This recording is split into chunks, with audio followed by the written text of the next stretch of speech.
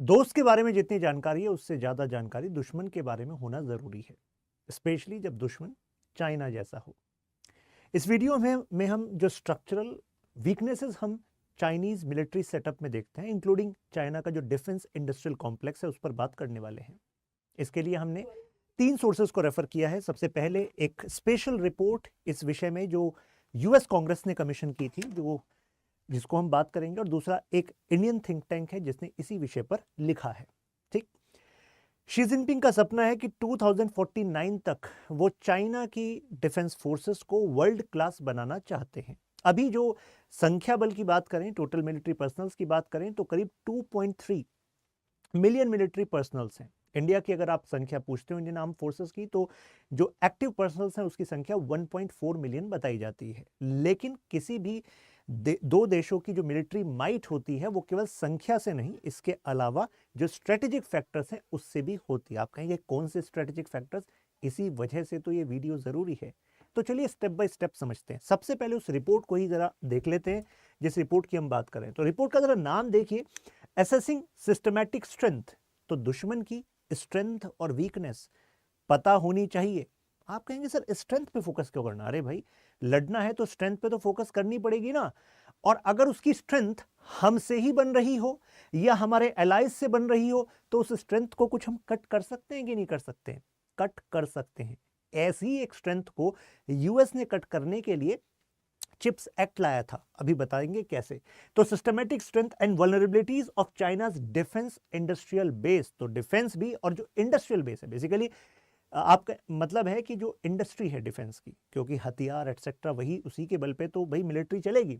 तो ये US Congress ने कमीशन की थी, इसने फाइनली अपनी रिपोर्ट दी, राइट। तो इसने Chinese defence industry along with जो मिलिट्री है उसकी वीकनेसेस पर बात की। हम दोनों पक्षों की बात करेंगे। चाइना का जो रिलायंस है, जो सबसे ज्यादा डिपेंडेंस है, वो हाई टेक इंपोर्ट पर है।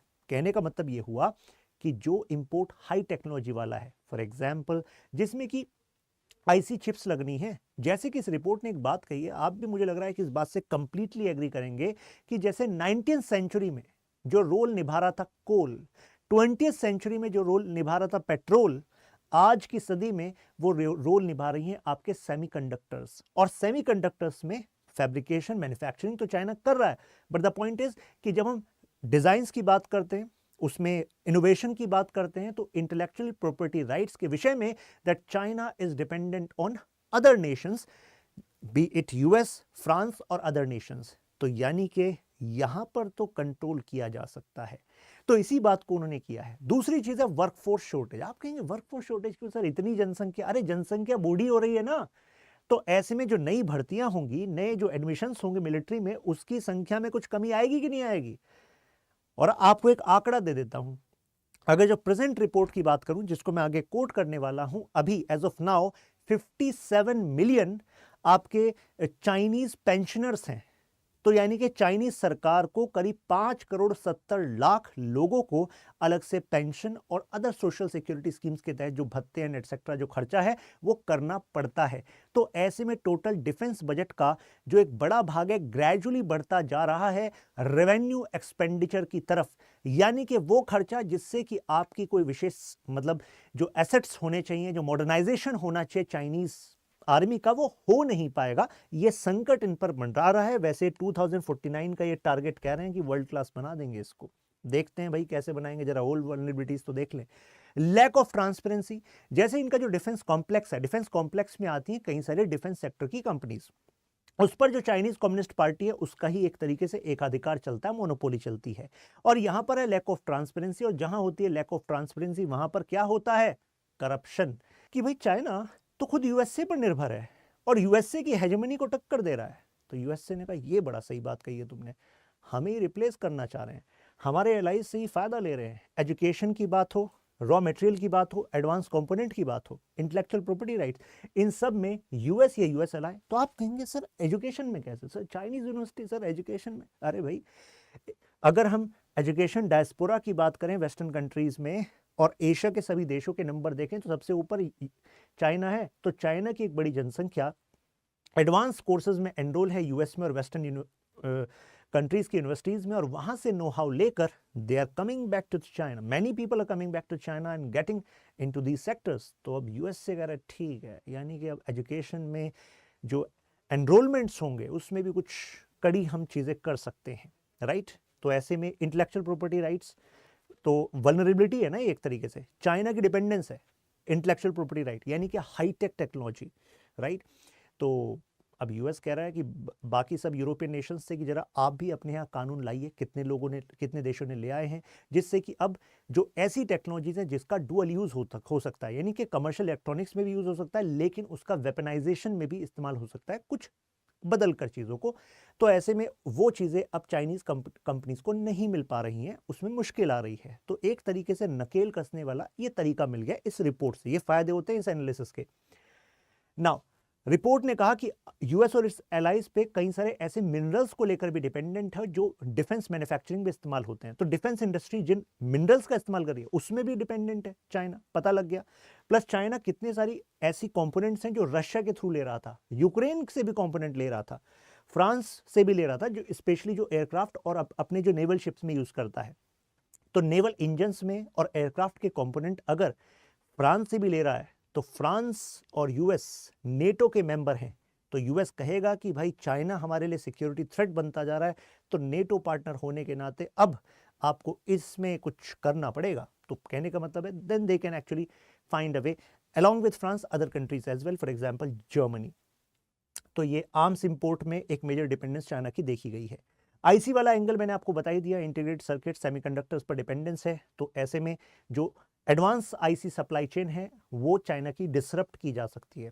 तो when I was preparing this lecture I was also looking into Chinese perspective कि उन्होंने इस रिपोर्ट पर क्या कहा। चाइना ने कहा कि देखो ऐसा है, रही बात टैलेंट पूल की, मतलब विद रिगार्ड टू आईसी, तो उनका कहना है कि हम ऑलरेडी आईसी सेक्टर में रिसर्च एंड डेवलपमेंट में काफ़ी कुछ कर रहे हैं जिससे कि हम अपनी ग्रेजुअल इस डिपेंडेंस को कम कर सकें। लेकिन इस जवाब का मतलब है अभी तो डिपेंडेंस है ना, तो अभी तो वल्नरेबिलिटी है ना। तो ऐसे में भाई रियलिस्ट पर्सपेक्टिव कहता है कि दुश्मन की वल्नरेबिलिटी के बारे में जानकारी आपको बहुत ज़्यादा होनी चाहिए और उसका समय से प्रयोग होना चाहिए।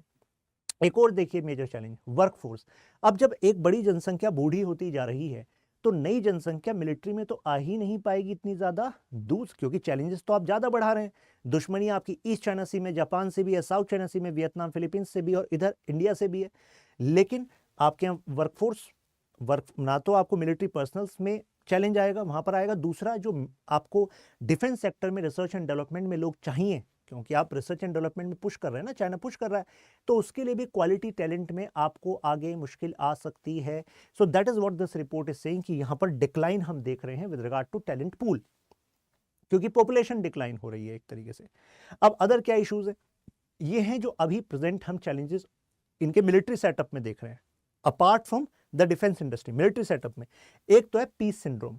आप कहेंगे पीस सिंड्रोम मतलब क्या है, शांति का क्या सिंड्रोम होता है? देखिए शांति का सिंड्रोम का मतलब है 1979 के बाद से आज तक पीएलए ने, यानी कि जो इनकी लिबरेशन आर्मी है, पीपल्स लिबरेशन आर्मी, उसने कोई वॉर ही नहीं लड़ा है। अब आप देखिए इंडिया को, हमें तो अनुभव है 48 पाकिस्तान, 62 चाइना, 65 पाकिस्तान, 71 पाकिस्तान, 1999 कारगिल पाकिस्तान। तो हमें तो देखिए अनुभव बहुत ज़्यादा है। और प्लस हमारे इंटरनल इश्यूज़, चाहे नॉर्थ ईस्ट वाला इशू हो, जम्मू एंड कश्मीर वाला इशू हो, तो हमारी फोर्सेस को तो फ्रंट फुट पे एक्टिव रहना होता है, ऑपरेशंस में एंगेज होना पड़ता है। प्लस जो कॉम्बैट एक्सपीरियंस की बात करें तो वी हैव ऑफिसर जो कारगिल में भी रहे। लेकिन यहाँ पर इनके कॉम्बैट एक्सपीरियंस वाले भाई 79 की बात है, आज 2023 चल रहा है। तो ये है पीस सिंड्रोम, राइट। तो यहाँ पर आप ट्रेनिंग तो देते हो ऑफिसर्स को, बट एक्चुअल जो प्रेशर होता है वॉर का, वहाँ पर डिसीजन मेकिंग में टेस्टिंग नहीं है। ये भी एक रिपोर्ट कह रही है यहाँ पर। तो PLA doesn't understand the intensity of modern combat, ये कह रहे हैं। तो रियलिस्टिक कॉम्बैट जो कंडीशन है इनको मिल नहीं पाई। हालांकि पीएलए कोशिश कर रही है मिलिट्री एक्सरसाइजेस के थ्रू वो इसको अपग्रेड करे। अब यहाँ पर देखिए क्या है, पीस डिजीज भी कहा गया, पीस टाइम हैबिट भी कहा गया। शांति में अगर तुम्हारी मिलिट्री एक्सरसाइज भी होती है तो you are not actually adaptive to the real challenge. और यहाँ पर पीस की फिर वो प्रॉब्लम्स भी हैं उनकी। नाउ स्किल्ड पर्सन का तो इशू होगा ही, जो मैंने आपको पॉपुलेशन से कनेक्ट करके बताया, तो दिस इज वन। हालांकि जो इनकी सेंट्रल मिलिट्री कमीशन है उसके चेयरपर्सन शी जिनपिंग ही हैं। उन्होंने कहा कि अब हम बेटर इंसेंटिव मॉडल लाएंगे फोर्सेस के लिए, यानी कि सैलरी बढ़ाएंगे, इंसेंटिव लाएंगे जिससे कि टैलेंट पूल अट्रैक्ट कर सकें। तो कोशिश कर रहे हैं क्योंकि इन्हें भी पता है वल्नरेबिलिटी तो है, आने वाले समय में दिक्कत होगी। करप्शन, आपको पता है मोनोपोली अगर कहीं पर होगी तो जाहिर सी बात है, और ट्रांसपेरेंसी नहीं होगी तो करप्शन होगा। करप्शन के ऐसे केस हैं कि शी जिनपिंग से पहले जो हु जिनताओ थे उनके साथ जो टॉप लीडरशिप में 2 जनरल थे, इन्हीं पर करप्शन का चार्ज लगकर इन्हें हटाया गया। अगर इतने सीनियर ऑफिसर्स जो इससे पूर्व जो लीडर थे शी जिनपिंग से पहले हु जिनताओ उनके करीबी थे, अगर ऐसा हो रहा है तो मतलब कितने डीप रूटेड और कितने बड़े लेवल की बेसिकली खामियाजा मतलब गैप्स हैं यहाँ पर। इकोनॉमिक कॉस्ट की बात करते हैं, यानी कि जो टोटल मिलिट्री मॉडर्नाइजेशन पर ये खर्चा करने की बात करते हैं, 2049 तक इन्हें वर्ल्ड क्लास बनना है। मोस्ट इंपॉर्टेंट एस्पेक्ट क्या है? Military expenditure. अब आप देखिए कि इनका मिलिट्री एक्सपेंडिचर तो बढ़ा है, देखिए 2023 वाला जो लेटेस्ट डेटा है बढ़ा है, लेकिन मुद्दा यह है कि उसमें से कितना रेवेन्यू एक्सपेंडिचर है, कितना कैपिटल एक्सपेंडिचर है। रेवेन्यू एक्सपेंडिचर का मतलब क्या होता है? जैसे सैलरी, पेंशन, ऐसे खर्चे, रोजमर्रा के खर्चे जिससे कि आपकी मिलिट्री मॉडर्नाइजेशन कुछ नहीं हो रही, कोई आपकी मिलिट्री के एसेट्स नहीं बन रहे। ऐसा नहीं है कि आपने एयरक्राफ्ट कैरियर ले लिए हैं या फिर आपने शिप्स बना दिए हैं, मतलब या फिर प्लेन्स बना दिए हैं, हेलीकॉप्टर्स बना दिए, तो कहने का मतलब है डिफेंस इक्विपमेंट्स नहीं, ये है रेवेन्यू एक्सपेंडिचर। तो इनका जो रेवेन्यू एक्सपेंडिचर वो लगातार बढ़ता जा रहा है। तो जैसे जैसे डिफेंस एक्सपेंडिचर बढ़ा रहे हैं, लेकिन जो प्रोपोर्शन है रेवेन्यू और कैपिटल का, रेवेन्यू बढ़ता जा रहा है। रेवेन्यू बढ़ने के 2 कारण हैं। एक तो इनकी पॉपुलेशन जो आपको बताई, पॉपुलेशन वो भाई जो बूढ़ी हो गई है, और इनके जो डिफेंस पर्सनल्स हैं जो रिटायर हो गए हैं, तो उनकी पेंशन, सोशल सिक्योरिटी, ये सब आपको ध्यान रखना होगा, तो उस पर एक बड़ा खर्चा है। दूसरा, जो ऑलरेडी इनके पास वेपनरी है उसके मेंटेनेंस में बहुत ज़्यादा खर्चा हो रहा है। According to the report it is saying कि मतलब जितना ये खर्चा उस पुरानी मशीनरी पर कर रहे हैं, तो इनकी टेक्निकल कमेटी ने खुद उसको कोट किया, मतलब उस टेक्निकल कमेटी की रिपोर्ट को उस रिपोर्ट ने कोट किया जिस रिपोर्ट से हम ये एनालिसिस बना रहे हैं। कहा कि इतने में तो नया वेपन, नए जो नेवल शिप्स हैं वो कमीशन हो जाते, तो that's a challenge they are facing. ये 5.57 मिलियन यानी कि 5,70,00,000 के आसपास पर्सनल्स हैं जिनकी ऊपर खर्चा करना ही करना पड़ेगा आपको, जिम्मेदारी है भाई आपकी। और ये संख्या जो है बढ़ती जा रही है, क्योंकि अगर किसी देश में स्टैंडर्ड ऑफ लिविंग बढ़ता है, धीरे धीरे इकोनॉमिक डेवलपमेंट बढ़ता है, तो भाई जो एवरेज लाइफ है वो भी बढ़ेगी। एवरेज लाइफ है तो बढ़ेगी, तो ज़्यादा अगर वो जिएंगे तो जाहिर सी बात है सरकार का जो टोटल बजट है, क्योंकि स्केल के लेवल पे सोचना पड़ता है ना, तो भाई वो पेंशन और वो तो आपको खर्च करना पड़ेगा।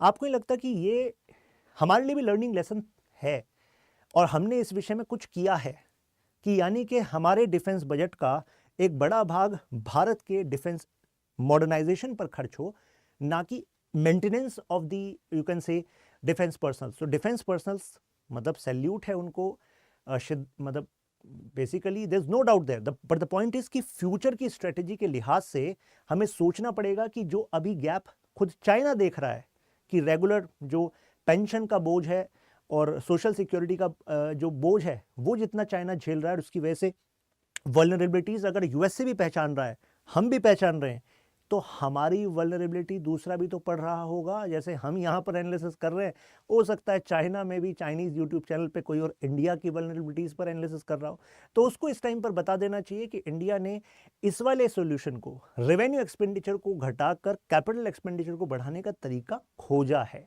जिसमें कि कौन सी स्कीम है वो ज़रा कमेंट में बताइएगा, कौन सी स्कीम का जिक्र मैं हिंट दे रहा हूँ। तो आई थिंक आपको क्लैरिटी मिल गई होगी, right? Now the question is discuss the structural weaknesses that Chinese military may be facing and how they can be a learning lesson for India. तो लर्निंग लेसन में केवल ये पॉपुलेशन वाली बात नहीं करनी है, मॉडर्नाइजेशन में जो डिपेंडेंस ऑन इंपोर्ट है और जो इंडिया के डिफेंस इंडिजनाइजेशन है उस पर हमें विशेष फोकस करना पड़ेगा। वहाँ पर क्या चैलेंजेस हैं?